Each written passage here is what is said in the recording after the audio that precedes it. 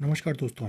आज हम बात करेंगे करंट अफेयर्स के कुछ टॉपिक्स के बारे में। तो पहला टॉपिक है ऑटिज्म जागरूकता दिवस। इसे कहते हैं स्वलीनता या जिसे कहते हैं हम ऑटिज्म।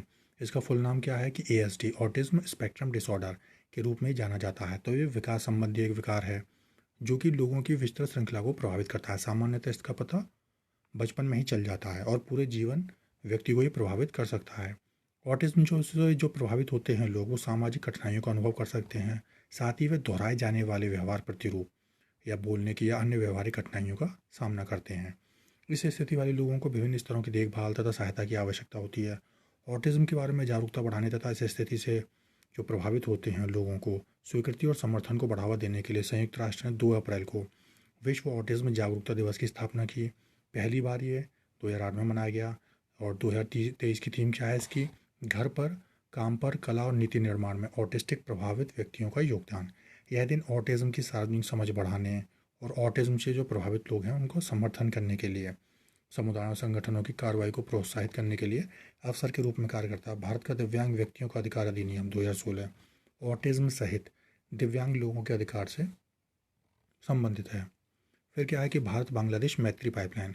तो नरेंद्र मोदी प्रधानमंत्री हैं, बांग्लादेश के प्रधानमंत्री शेख हसीना, उनके द्वारा वर्चुअल तरीके से भारत बांग्लादेश मैत्री पाइपलाइन का उद्घाटन किया गया। यह पाइपलाइन भारत और इसके पड़ोसी देश के बीच दूसरी ऊर्जा पाइपलाइन है। यह क्या करेगी? हाई स्पीड डीजल के 1 मिलियन मीट्रिक टन प्रतिवर्ष परिवहन की क्षमता रखती है। जबकि IBFP और भारत और बांग्लादेश के बीच पहली सीमा पार ऊर्जा पाइपलाइन है। यह पाइपलाइन दोनों देशों के बीच संबंधों को और मजबूती प्रदान करेगी और दोनों पक्षों के बीच कनेक्टिविटी और जनसंपर्क बढ़ाने में सहायक होगी। इससे दोनों देशों के बीच में क्या मिलेगा कि ऊर्जा सहयोग को बढ़ावा मिलने के साथ साथ बांग्लादेश में विशेष रूप से कृषि क्षेत्र में विकास की गति में तेज़ी आएगी। यह है बांग्लादेश का मैप जो कि इंडिया से घिरा पड़ा। यह है इसकी राजधानी ढाका। फिर बास्तिल दिवस परेड होगी। तो हाल ही में प्रधानमंत्री मोदी को बास्तिल दिवस परेड के अवसर पर फ्रांस द्वारा आमंत्रित किया गया है। 1780 में फ्रांसीसी सैन्य परेड, जिसे बास्तिल दिवस सैन्य परेड तथा 14 जुलाई सैन्य परेड के रूप में भी जाना जाता है, पेरिस में 14 जुलाई की सुबह मनाया गया था। इस दिन को फ्रांस के राष्ट्रीय दिवस के रूप में चिन्हित किया जाता है और इस सैन्य परेड को नृत्य और आतिशबाजी के साथ भी मनाया जाता है।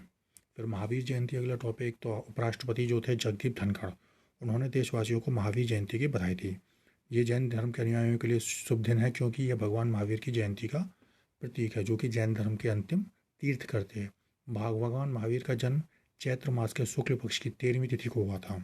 ग्रेगोरियन कैलेंडर के अनुसार यह आमतौर पर मार्च जो है अप्रैल के महीने में आती है।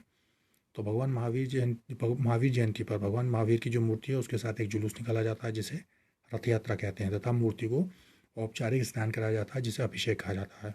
भक्त भगवान की स्तुति में जैन प्रार्थना या स्तवन का पाठ करते हैं। महावीर की चिंता, शिक्षाएं, अहिंसा, सत्य, अपर ब्रह्मचर्य और अपरिग्रह के सिद्धांतों के ये इर्द गिर्द घूमती हैं। उन्होंने अहिंसा, सत्य, अस्तेय, शुद्धता और अनासक्ति के महत्व पर बल दिया जिन्हें बाद में जैन आगमों में संकलित किया गया। उनकी शिक्षाएं सरल और समझने में आसान थीं क्योंकि शिक्षा का माध्यम क्या था? प्राकृत भाषा में था, एक ऐसी भाषा जिसे हम लोग समझ सकते थे। ऐसा माना जाता है कि भगवान महावीर ने 72 वर्ष की आयु में प्राण त्याग दिए और उन्होंने बिहार में आधुनिक राजगीर के पास पावापुरी में जन्म और मृत्यु के चक्र से मुक्ति पा ली। महावीर जयंती का उत्सव लोगों को उनके सिद्धांतों पर चिंतन करने और नैतिक और आध्यात्मिक जीवन जीने का प्रयास करने का एक अवसर प्रदान करता है। फिर क्या है? कोप इंडिया अभ्यास है। तो भारत और अमेरिका की वायुसेना है पश्चिम बंगाल का जो कलाईकोंडा एयरबेस है उस पर 10 से 21 अप्रैल 2023 तक कोप इंडिया अभ्यास आयोजित करेंगे जिसमें जापान एक पर्यवेक्षक रहेगा। कोप इंडिया अभ्यास एक द्विपक्षीय संयुक्त प्रशिक्षण अभ्यास है जिसमें भारतीय वायुसेना और अमेरिकी वायुसेना शामिल है। यह वर्ष 2004 में एक लड़ाकू प्रशिक्षण अभ्यास के रूप में शुरू हुआ था। अभ्यास की हालिया पुनरावृत्ति 2019 में हुई थी 2000।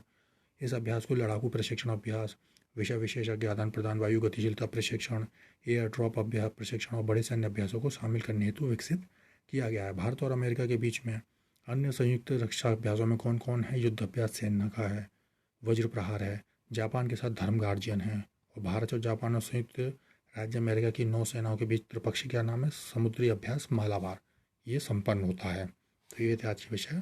आप सभी का धन्यवाद।